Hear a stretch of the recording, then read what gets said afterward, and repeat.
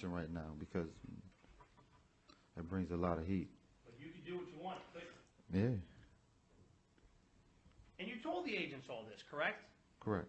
Now, in all those times that you talked to the agents, and by the way, did you have an opportunity to review any of the summaries of what you said to Agent Updegraff and the U.S. attorneys? Yes, It's fair to say that in these statements, you never told them, either on June 30th of '09, November 3rd of '09, or 12/14 of '09, never, not once, did you ever tell them that on the incident in September in front of your aunt's house, that those drugs were Clyde's? You never told them that, did you? I may have told him because that's what I was led to believe. Well, when you reviewed, oh, you were led to believe it. We'll get to that Because in a he minute. asked, I was there when he asked my cousin to watch him. So, Well, when you reviewed your three statements, all combined into one, when you reviewed them, it's fair to say it was never in there. I don't remember. So you might have forgotten to tell them that, right? Nah, I don't know if they put it in there or not. They might have Say didn't put it in differently. there. Nah, they might not have put it in there. They may have. I don't remember seeing that.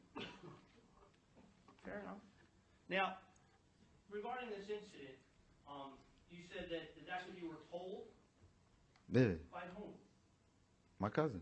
So you don't know if it's true or not. I was there when he asked him to watch him. Okay.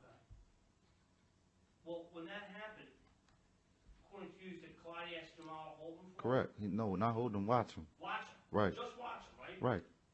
Jamal couldn't sell him, right? Nah, Because that'd be like stealing, right?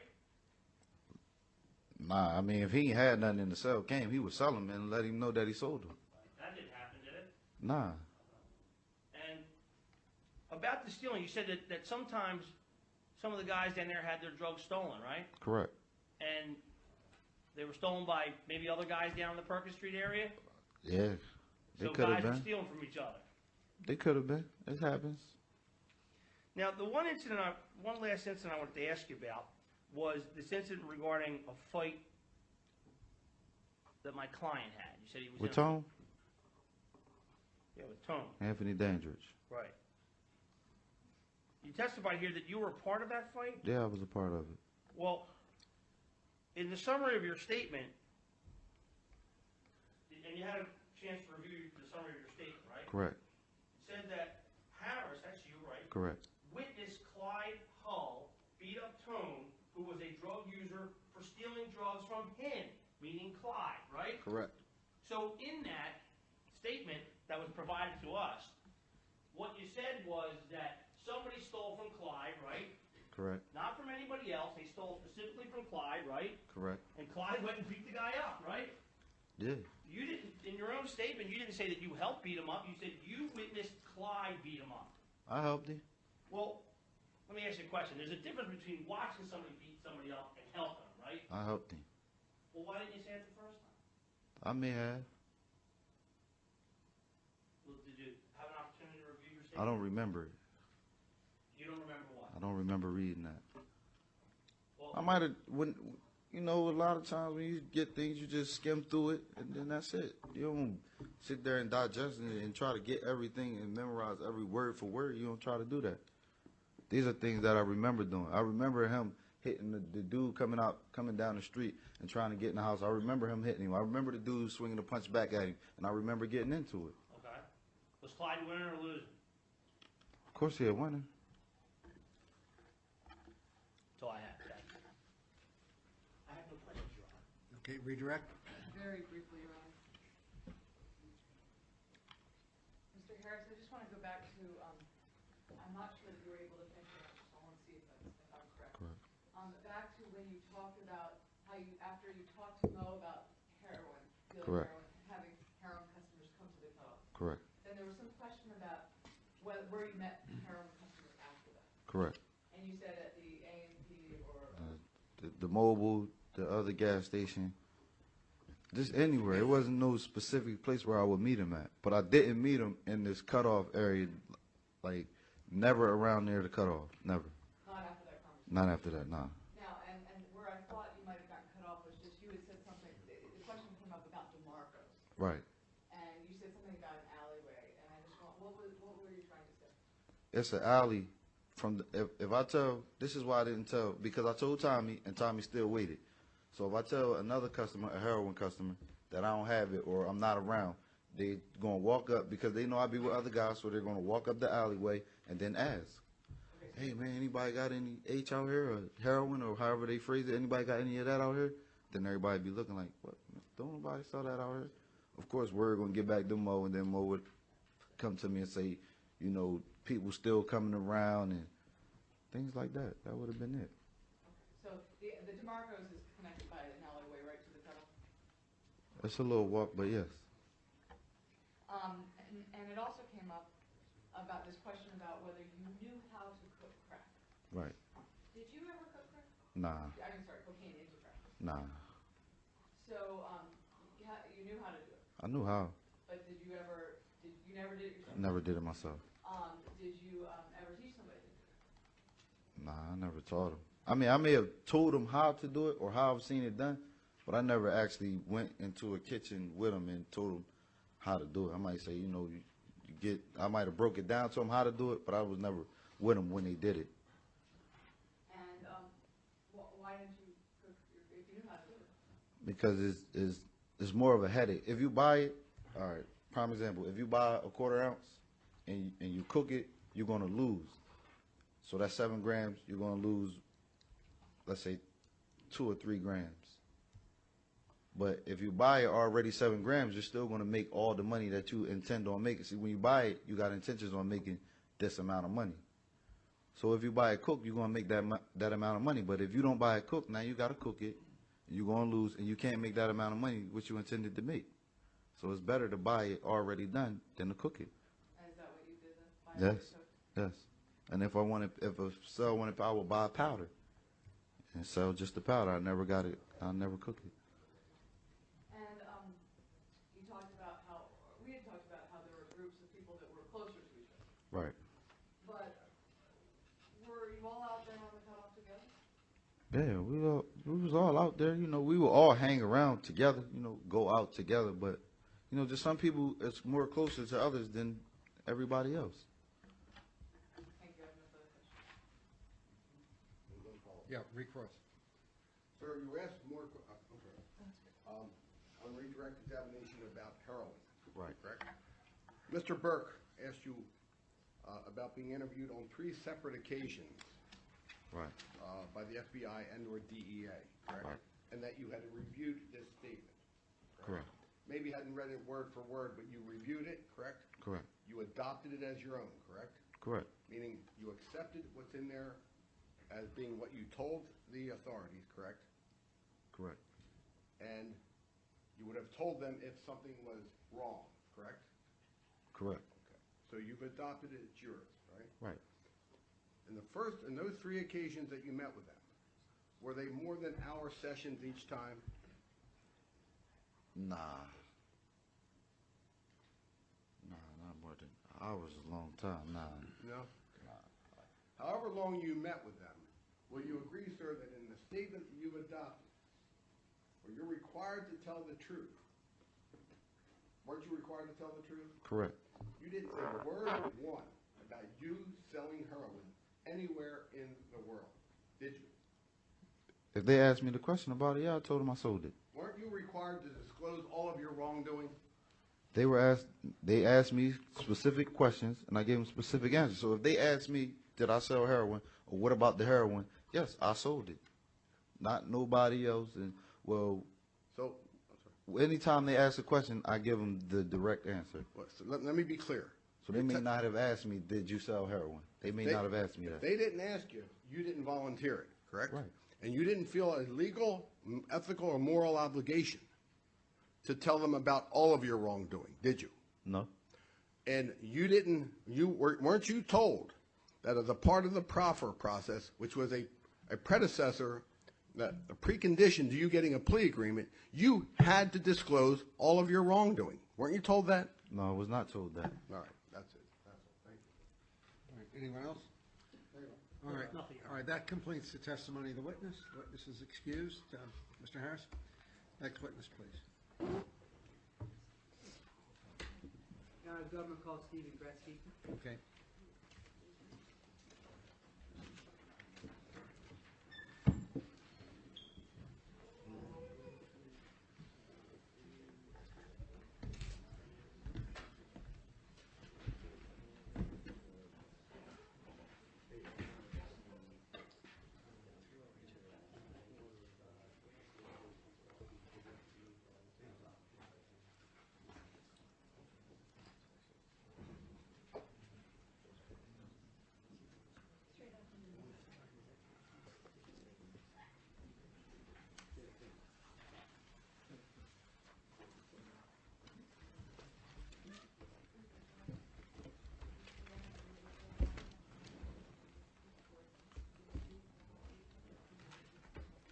Yes, ma'am.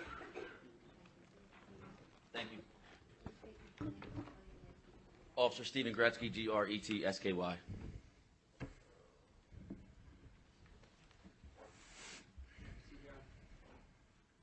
Thank you. Good morning, Officer Gretzky. Good morning. Officer Gretzky, where are you employed? City of Chester. The police department? What's that? With the police department? That's correct. And how long have you been an officer with the police department in the city of Chester? Just at my 9th year. And do you have any prior law enforcement experience prior to being employed with Chester? No. And as when you were first hired with the City of Chester Police Department, what were your duties and responsibilities? As a patrolman. Okay. And do you still have the same duties now? That's correct. Okay. Are you also the turnkey with the department? That's correct. And actually scope operator also. Okay. What's a scope operator? I run tags, names, national database for FBI. Okay. And when you began your duties as a patrol officer with the City of Chester Police Department, what parts of the city would you patrol? When I actually started for Chester Police Department, it's actually called 28th Sector. It's everything from Ward Street west, including the Highland Gardens, Meadow Lane, Buckman Meadows, the whole West End area. And if I could have Government Exhibit 3 for Officer Gretzky and actually the monitors. Officer Gretzky, do you see Government Exhibit 3? That's correct. And do you know what it depicts? That's correct. What does it depict? It's the Highland Gardens. And during your career, how often have you had the opportunity to patrol the Highland Gardens? I patrolled there for 5 years. Okay. And I'm sorry, when did you begin as an officer again? 2002. 2002. Did you have the opportunity to patrol the Highland Gardens from 2003 through 2008? That's correct. Okay. And are you familiar with the area, the 1300 block of Perkins Street? That's correct. Okay. And were you as a patrolman in that area, did you have an opportunity to interact with the residents of that area? That's correct. Did you have an opportunity to respond to calls? That's correct. What were the nature of the calls that you were responding to in the Highland Gardens? Majority of the calls were for shots fired, burglaries, robberies, and numerous drug sales. Okay. And had you received complaints of groups of males loitering in the area? That's correct. Were you also familiar with the 2700 block of Schwartz Street, That's correct. the 1300 block of Colhane, That's correct. and 2700 block of Nolan? That's correct. Had you had an opportunity in your patrolman capacity, patrolling the Highland Gardens, to patrol those streets and clear those streets for loitering individuals? That's correct. What was the purpose behind clearing loitering individuals in that area? Majority of the, for clearing the individuals was for selling drugs. The guys would go there, they would loiter, they would stand out there all day, and they would sit there. They would either keep their dope in an abandoned house or keep in Dorito bags, trash bags, but they would never hardly keep it on them. Okay. Now, when you would interact with these groups in the corners, would you conduct what is called a pedestrian stop? Normally when the group was first out there, I'd pull up in my vehicle and I'd say, come on, fellas, let's clear it up. Majority of the guys would walk away, or normally it was called the cutoff. They would walk through the Perkins Street all the way down to DeMarco's Market. Okay. And you're referring to the 1300 block of Perkins Street? That's correct. Okay. If Government's Exhibit 3, it's not on there, but where would the markers be in reference to that photograph? If you want me to stand up and show you?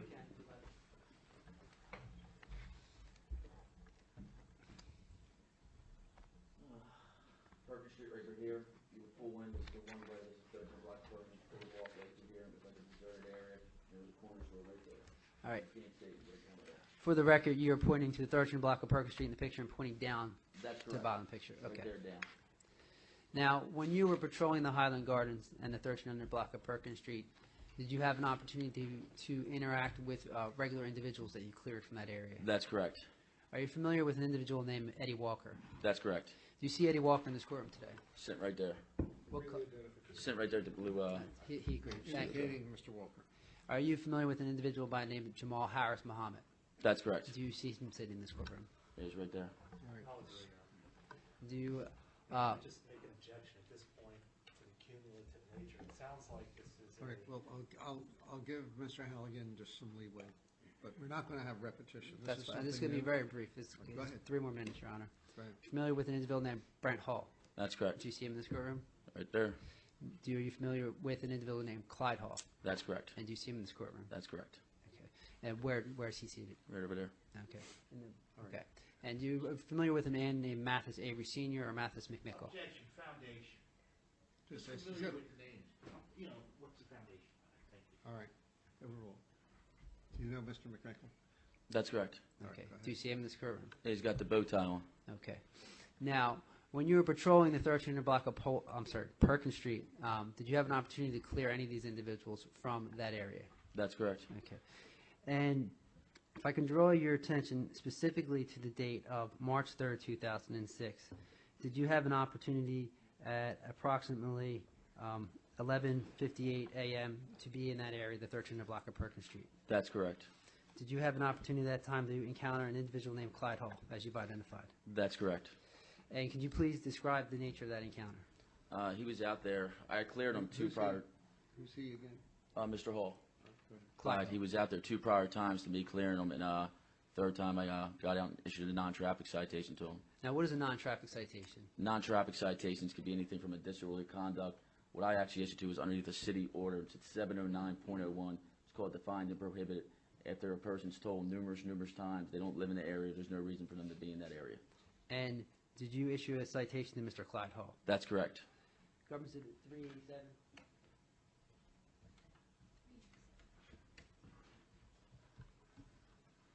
Now, Officer Gretzky, do you recognize Government Exhibit 387?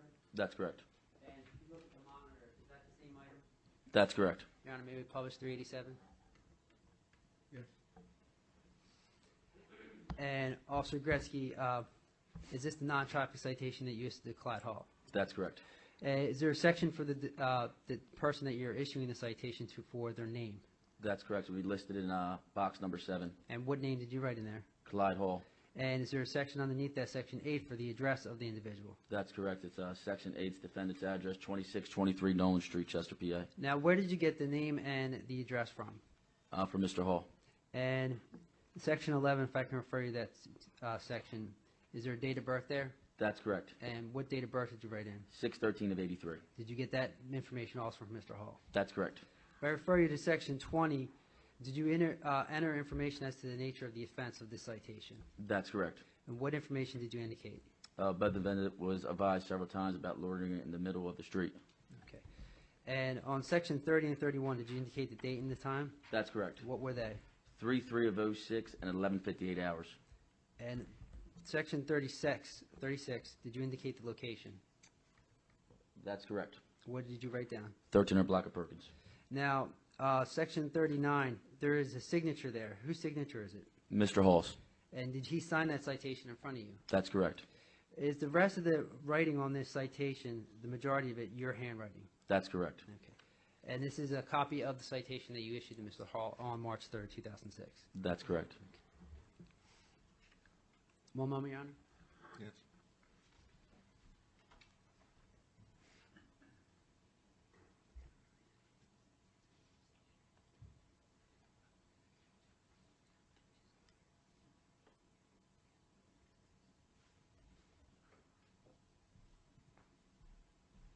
And I have no further questions for Officer Any Gretzky. cross-examination?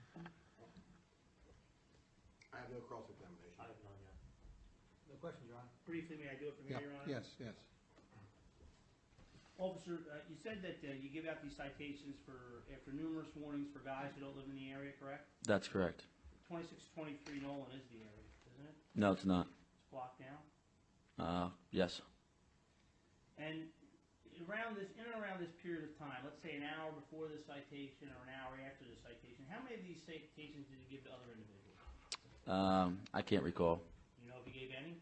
That's correct. Did you give any at the same time you gave them to my client? No. Just he was the only one who got one? That's correct. So he was by himself? Negative.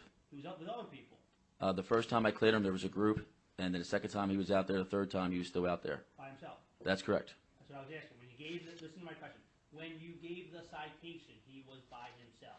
That's correct. And is it fair to say you patrolled the Highland Gardens for several years, correct? Correct. It's an open-air drug market down there, correct? Correct. There's a lot of guys in a lot of different corners down there, correct? Correct. And you've given these types of citations out all the time? Correct. Get rid of these guys off the corners, correct? Correct. Thank you. Appreciate your candor, officer. Thank you. Just from your Yes, sir. familiar with an individual named Mathis McNichol?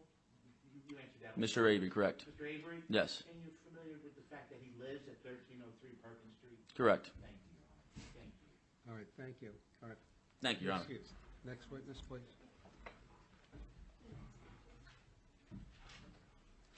And the government next calls Officer Jeffrey Lanowski. All right, is there going to be more than No, loitering? this is a specific incident, Your Honor.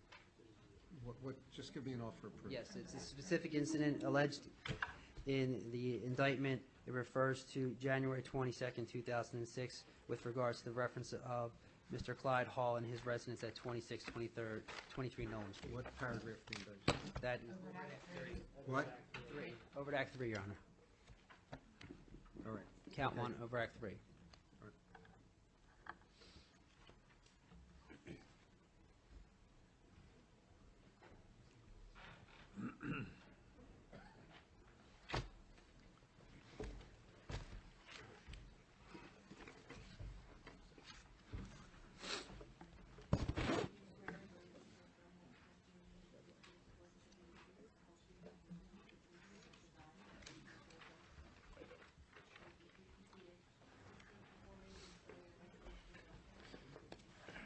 Officer Jeffrey Lanowski, Linowski. Good morning, Officer Lanowski. Morning. Officer Lanowski, where are you employed?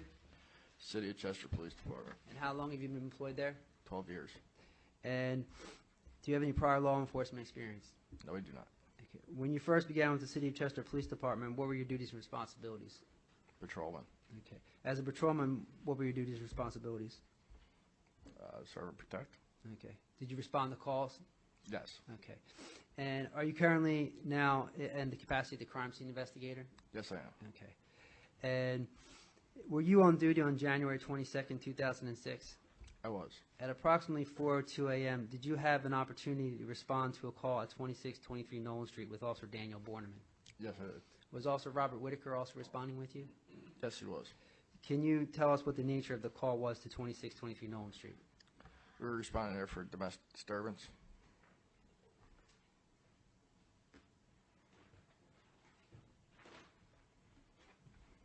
Officer Lanowski, when you arrived on scene, what, if anything, did you observe or perceive happening at that point in time? There was an argument between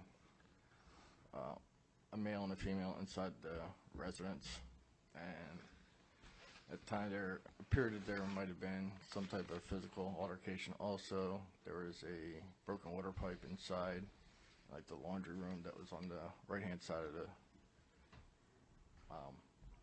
room. Okay. Officer Lanowski, when you got there, was there still an argument going on between the male and the female? Yes, there was. Okay. And when you and Officer Borneman and Whitaker got there, what, if anything, did you do?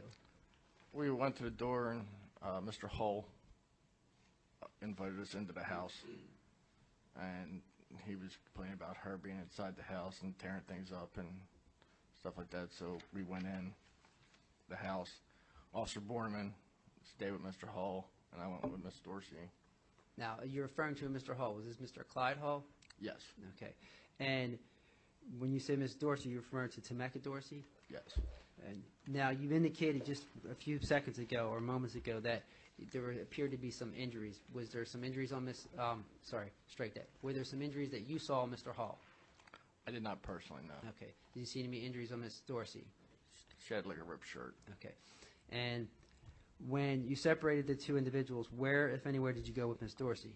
Miss Dorsey and I went into the dining area. Okay. And when you were with Miss Dorsey, were you speaking with her there?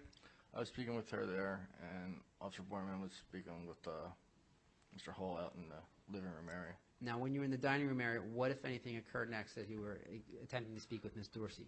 Well, after we went in there, I was actually trying to look around, check my surroundings, stuff like that. I didn't want anybody else to come up, surprise us or anything inside, so I usually look around to make sure everything's safe. While looking onto the dining room table, I noticed a scanner was sitting there and a plastic bag with like a white substance suspected as cocaine.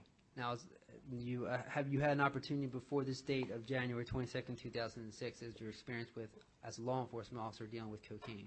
Yes, I have. And did this item meet the physical characteristics of cocaine? Yes, it did. And what, if anything, did you do at that point in time, Officer Lanowski? We had the rest of the situation pretty well at hand. I notified Officer Borneman that we had this stuff there. I also turned the scanner on, and I keyed up my portable radio, and it was actually our frequency that was on the scanner that was programmed. Now, let me take you just moment by moment here. You turned on the scanner, so it wasn't turned on at that point in time? No, it was not. Okay. And then you said you keyed it up. What does keyed it up mean? I actually physically keyed up my personal radio, like pushed the button in, and I could hear myself over the scanner. Over the scanner. That was on the table. Correct. Okay, so you made the conclusion at that point in time that that was the same frequency the scanner was set to your police frequency. Yes, it was. Yeah. John, may I approach briefly? Yes. Also, Lanowski, I'm showing you Government Exhibit 11A, Government Exhibit 130, and Government Exhibit 104. Can you take a moment to look at these items? Do you recognize those items? Yes, I do. All right, for the first item in front of you, what is that? That is a Uniden Bearcat scanner Okay, and where do you recognize that from? from the dining room table. Okay, from January 22nd, 2006? Yes. And is in the same and substantially similar condition in which you found it that evening, Yes. or early morning hours? Yes. The next item to that item, what is that? That would be a plastic bag containing suspected cocaine at the time. Okay, and is that the item that you believe you recovered on January 26, 2006? Yes, it is. And is that in the same or substantially similar condition in which you found it? Yes, it is. And the item next to that? Several plastic baggies, new and unused. And did you also recover them from 2623 Nolan Street that evening? Yes, I did. Were they on the table? Yes, they were. Okay. Also, Nanowski, you indicated there was a gentleman, Mr. Clyde Hall. Do you remember what Mr. Clyde Hall looked like? I do not. Okay. Did you have very brief contact with him? Very brief at the front door. Okay. And then you spoke with Ms. Dorsey, is that correct? That's correct. And Officer Whitaker and Borneman were there on the scene in the residence with you? Yes, they were. You were invited inside the house by the male that answered the door? Yes, we were. One moment, Your Honor. Yes. Officer Lanowski, once you had the situation in hand and Officer Borneman was aware of the items that you recovered, what, if anything, did you do next? Officer Borman took Mr. Hull into custody. I took Ms. Dorsey into custody. We transported them both to the police station. And what did you do with the items that you found on the table? I took them into my custody until we got to the police station, to which then I turned them over to Officer Borman. Okay. And when you saw these items on the table, was anything else on the table? They were in plain view by Okay. themselves. They weren't in a bag or in a box or anything like that? No. No further questions, Your Honor. I have no questions, Your Honor. I have no question. Yes, please.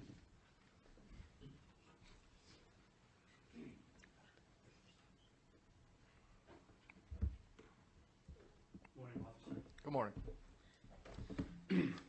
Officer, when you went to 2623 Nolan Street on this particular evening, it looked like there had been a domestic or a fight, correct? Correct. So much so that a water pipe had been broken, correct? Correct. Water spilling out on the floor? Yes. You were invited in, correct? Correct. And you and your brother officers, you noticed that there was a scanner in there, correct? I didn't notice that until after we got further in. At some point in time? Yes. While you were conducting a protective sweep of the premises, correct? Correct. Now, these individuals were both taken into custody or just the male? Both. Okay, and they were both charged, correct? Correct. And did you recover a cell phone from the male? I do not recall. Okay. Well, did you have an opportunity to look at your police paperwork on what was recovered? I didn't actually do the paperwork, so Well, you were present, right? not during when the paperwork's done, no.